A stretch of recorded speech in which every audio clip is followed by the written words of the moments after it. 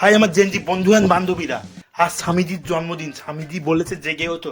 আমাদের নেতারা তো জেগে আছেন, কিন্তু সেটা আধ্যাত্মিক কারণ বা শরীর চর্চা করার জন্য নাই, ইদির ভয়ে।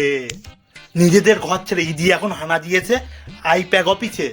যারা ভোটের স্ট্র্যাটেজি বানাতো তারাই এখন নিজেদের বাঁচানোর জন্য সুপ্রিম কোর্টের স্ট্র্যাটেজি খুঁজছে। ট্রাম্প এখন গ্রিনল্যান্ড কেনার জন্য উঠে পড়ে লেগেছে। ট্রাম্প বলছে গ্রিনল্যান্ড না কিনতে পারলে রাশিয়া আর চীন তো ওটা দখল করে নেবে। সেই ভয়ে কিন্তু চীনের উপরে আরো বেশি করে ট্যাক্স বোমা মারছে ট্রাম্প।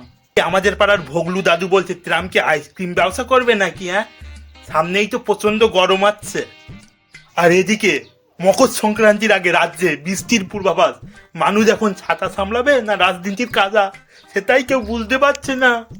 আর গঙ্গা স্নান করলে পুণ্য হবে কিনা জানি না, কিন্তু রাজনীতির জল ঘোলা হবেই হবে বলে রাখলাম আমি। হ্যাঁ, আর ভিডিওটা ভালো লাগলে শেয়ার মারু অবশ্যই। দেখা হচ্ছে পরেরটায়। টাটা। আর চ্যানেলটা সাবস্ক্রাইব করতে ভুলো না জানো। ও